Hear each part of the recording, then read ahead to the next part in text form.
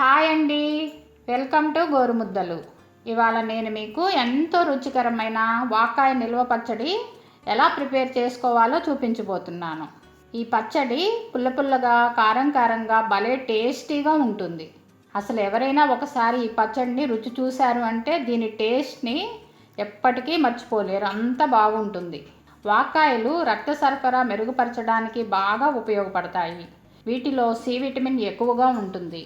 ఇంకా హృదయం పనితీరును కూడా మెరుగుపరుస్తుంది. మరి ఇంకెందుకు ఆలస్యం, తయారీ విధానం చూసేద్దామా? ముందుగా కావలసిన పదార్థాలు: 1 పావు కేజీ వాక్కాయలు, 4 టేబుల్ స్పూన్ల కారం, 3 టేబుల్ స్పూన్ల ఉప్పు, పావు టేబుల్ స్పూన్ పసుపు, అర టేబుల్ స్పూన్ మెంతిపిండి, అర టేబుల్ స్పూన్ ఆవపిండి, అర కప్పు వేరుశనగ నూనె, 10 వెల్లుల్లి రెబ్బలు. ఇప్పుడు తయారీ విధానం చూద్దాం. ముందుగా వాక్కాయల్ని ఇలా బాగా కడిగి శుభ్రం చేసుకోవాలి. ఇప్పుడు శుభ్రం చేసుకున్న వాక్కాయల్ని ఇలా మధ్యలోకి కట్ చేసుకుని మధ్యలో ఉన్న గింజల్ని ఇలా తీసేసుకుందాం.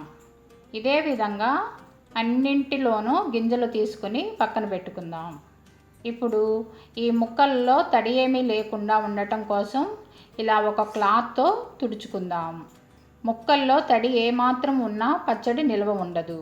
కాబట్టి ఇవి పూర్తిగా డ్రై అవ్వటం కోసం ఇలా కొంచెం సేపు ఆరబెట్టుకుందాం.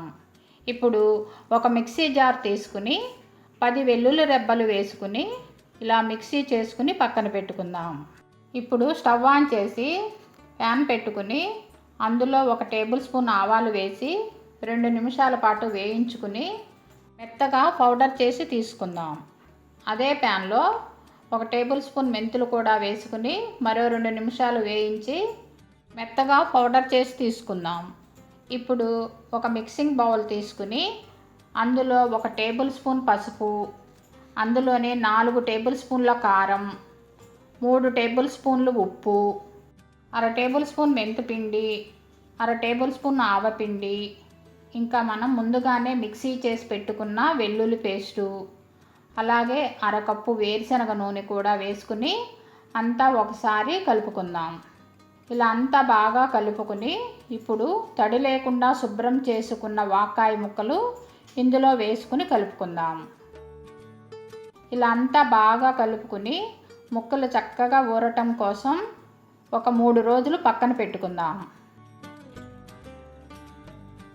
3 రోజుల తర్వాత చూడండి, పచ్చడి చక్కగా ఊరి ముక్కకి బాగా పట్టింది. పచ్చడి వేడివేడి అన్నంలో వేసుకుని తింటే పుల్లగా కారంగా చాలా టేస్టీగా ఉంటుంది. ఈ వాక్కాయలు మనకి వర్షాకాలంలో మాత్రమే కనిపిస్తాయి కాబట్టి వీటి టేస్ట్ని మిస్ చేసుకోకండి. మీరు కూడా తప్పకుండా ట్రై చేసి టేస్ట్ ఎలా ఉందో నాకు కామెంట్స్ రూపంలో తెలియచేయండి. మా వీడియో కనుక మీకు నచ్చినట్లయితే లైక్ చేయండి, షేర్ చేయండి. మీరు కనుక మా ఛానల్ని మొదటిసారిగా చూస్తున్నట్లయితే కింద ఉన్న బెల్ ఐకాన్ని క్లిక్ చేసి ఆల్ అనే ఆప్షన్ని సెలెక్ట్ చేసుకోండి. అలా చేసినట్లయితే మేము పోస్ట్ చేసే ప్రతి వీడియో మీకు నోటిఫికేషన్ రూపంలో వస్తుంది.